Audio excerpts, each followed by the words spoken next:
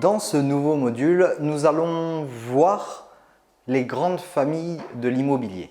Dans l'investissement immobilier, il existe deux grandes familles, la famille du nu et la famille du meublé. Qu'est-ce que l'immobilier meublé? Je pense que vous avez déjà dû en entendre parler. Alors que ce soit dans des résidences étudiantes dans lesquelles vous avez peut-être été logé, l'investissement immobilier meublé consiste pour vous, investisseurs, bailleurs, à fournir un logement à votre locataire, futur locataire, un logement entièrement équipé. Votre logement doit offrir à ce locataire l'ensemble des besoins qu'il a pour vivre. Plus simplement, il doit pouvoir arriver dans votre bien et poser sa valise. Ce dispositif meublé se retrouve dans différentes zones, principalement dans des zones où il y a des étudiants ou encore beaucoup de des jeunes actifs qui n'ont pas forcément encore les moyens d'emménager, de s'acheter des meubles, du mobilier. Ou encore dans les zones touristiques, que ce soit à la montagne, à la mer. Cet investissement meublé présente de nombreux avantages, c'est-à-dire qu'il va permettre quand même de trouver rapidement des locataires, mais un inconvénient, c'est qu'il nécessite et il va engendrer beaucoup de turnover, contrairement à un logement sans meubles, car le locataire, pour partir de chez vous, a juste à poser sa dédite, sa lettre et il partira. Il n'aura pas de meubles à enlever, de déménagement à prévoir, mis à part sa valise et ses vêtements. Ce dispositif, cette famille offre, elle, par contre, un réel avantage fiscal. Qu'est-ce qu'on entend par cet avantage fiscal? Deux solutions. L'imposition sur ce type de produit, donc en meublé, il y a deux régimes d'imposition. Soit ce qu'on appelle le micro-BIC, soit le LMNP en amortissement ou au réel. Alors, typiquement, quand on va parler de micro-BIC, comme on a pu le voir précédemment, vous allez être imposé sur les revenus fonciers que vous allez percevoir, sur les revenus fonciers nets, après avoir déduit l'ensemble de vos charges. Le micro-BIC, le logement meublé, vous allez tout simplement faire un abattement de 50% des revenus fonciers que vous percevez. Pour faire très simple, annuellement vous percevez 10 000 € de loyer, vous allez être imposé sur 5 000 €. Donc là, c'est très simple en termes d'impôts pour remplir sa fiche, pour faire sa déclaration. Il n'y a pas besoin de garder de facture, contrairement à l'amortissement qu'on va voir juste après. C'est vraiment un procédé très simple, mais qui permet quand même d'avoir un abattement à 50% sur ses revenus. Il ne faut pas oublier qu'en faisant ce dispositif-là, vous allez payer de l'impôt. Qu'on reprenne le calcul au niveau de l'impôt, j'ai 10 000 € de loyer, je viens faire mon abattement à 50%, ce qui me reste 5 000 €, je vais être imposé sur ces 5 000 € à hauteur de la TMI, tranche marginale d'imposition, et de la CSG-CRDS. On va prendre à peu près environ 30% des revenus. Donc là, sur ce principe-là, oui, vous allez payer de l'impôt. Seconde option, ce qu'on appelle un LMNP en amortissement, vous allez tout simplement comparer votre bien comme une petite entreprise. Votre appartement sera une entreprise avec laquelle on va venir déduire tous les frais liés à ce logement et en plus l'usure du bien. Que je m'explique avec un exemple plus concret. Un maçon qui a sa société de maçonnerie, lorsqu'il va faire son tableau, son bilan auprès de son comptable, pour savoir combien est-ce qu'il va payer d'impôts sur les sociétés, il va venir faire son bilan avec l'ensemble de ses recettes. Pour vous, les recettes qui seront les loyers et l'ensemble des charges pour lui qui sera son essence, ses camions, ses ouvriers, son loyer, l'ensemble des charges qui va venir être imputé sur ses bénéfices. C'est idem pour vous. De vos loyers, vous allez venir déduire l'ensemble des charges liées au bien, donc les charges de copro, les assurances, les intérêts. Mais en plus, vous allez venir passer l'usure de votre appartement, de votre bien. Qu'est-ce que ça permet? Ça permet simplement, sur 10 000 € de revenus fonciers, de tomber à 0 €. Pour ça, vous allez avoir la nécessité de prendre un comptable qui vous fera votre liasse. Vous aurez tout simplement à lui donner vos factures, le montant de votre bien, les frais de notaire et tous les frais qui sont liés à la gestion de votre appartement. Le bien, le comptable va l'amortir sur 15 ans. Un bien que j'aurais acheté 100 000 €, déjà, il ne va pas amortir 100 000 €. Pourquoi? Pour la simple et bonne raison qu'il va prendre 80% de cette somme. Pourquoi est-ce qu'il va prendre 80% de cette somme?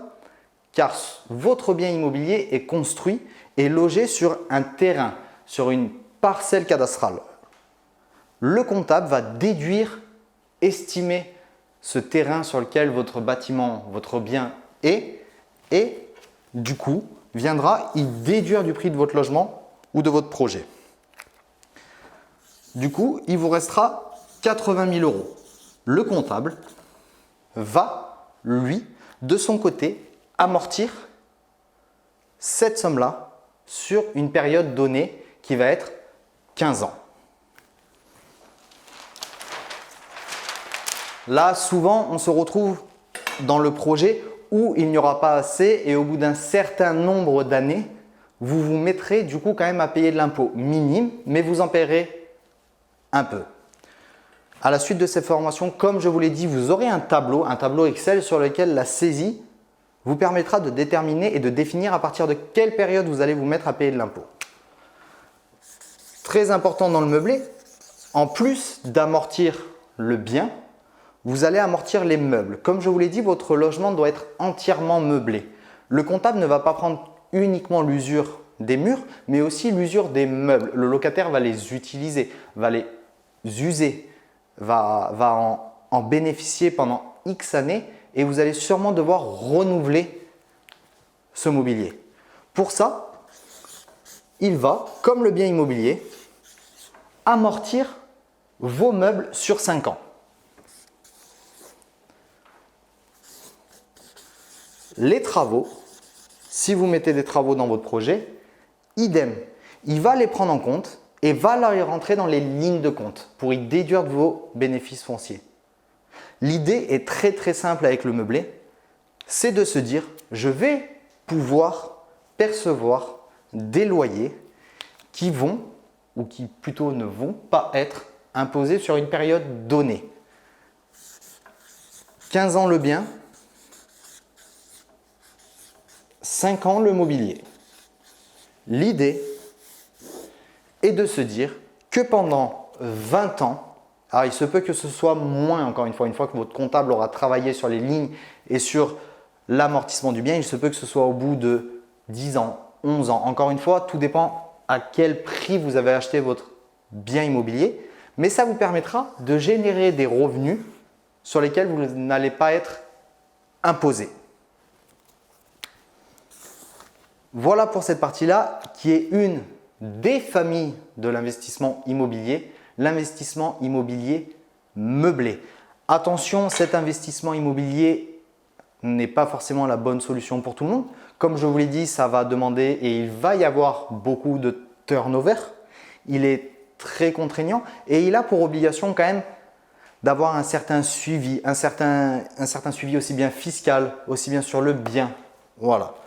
Et il va être dépendant de son environnement. N'allez pas louer un bien meublé ou dans une ville où vous avez principalement des familles et des enfants, des personnes qui ont déjà leurs meubles. Il faut aller dans des zones où on a des étudiants, des jeunes actifs qui n'ont pas forcément, comme je vous l'ai dit, les moyens de s'acheter des meubles pour s'installer ou qui sont là pour une certaine période.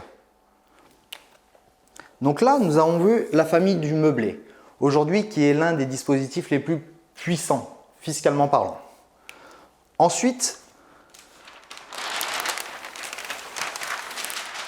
nous avons l'immobilier, la famille de l'immobilier en location nue.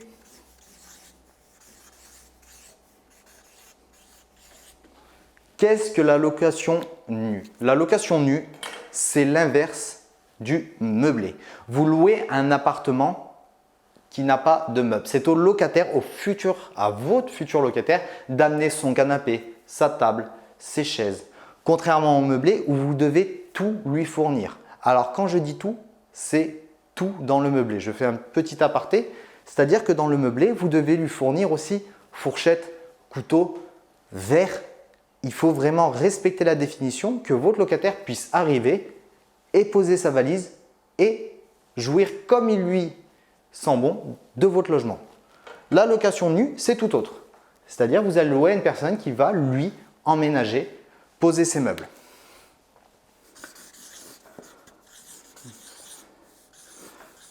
Comme le meublé, on a deux catégories.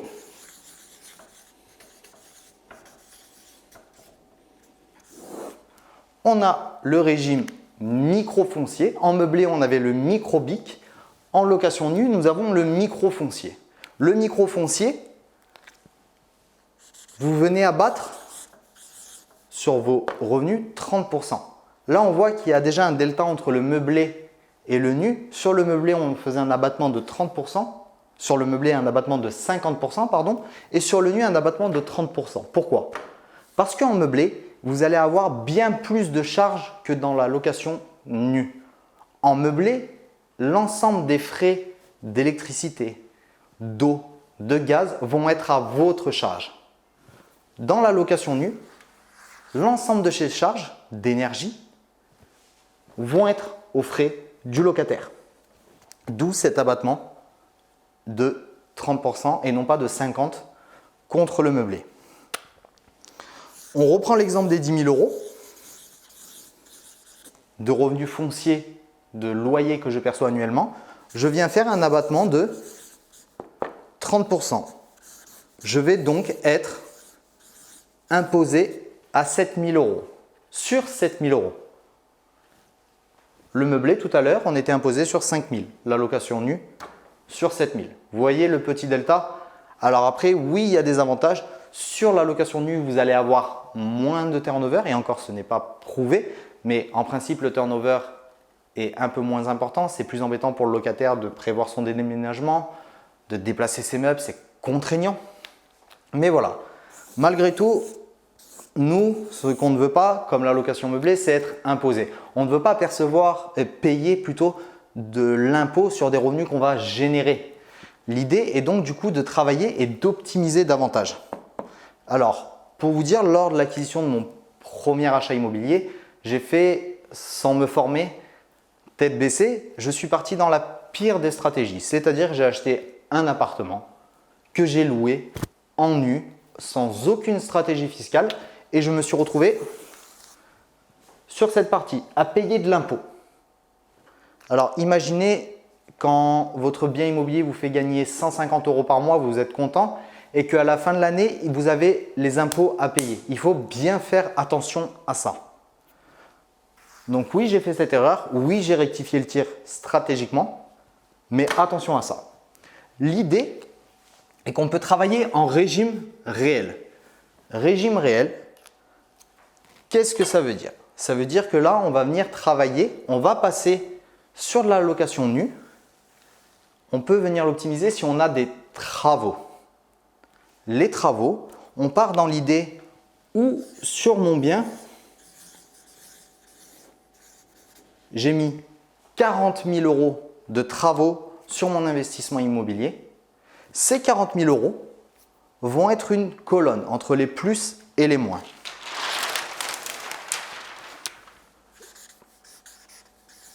J'ai moins 40 000 euros. La première année, je reçois 10 000 euros de loyer. Je ne veux pas être imposé sur ces 10 000 euros. Donc, je viens prendre une partie de mes travaux, car c'est une charge, pour déduire ces revenus fonciers. Il va me rester du coup moins 30 000 euros. Je poursuis l'opération jusqu'à ce que mes travaux soient à zéro.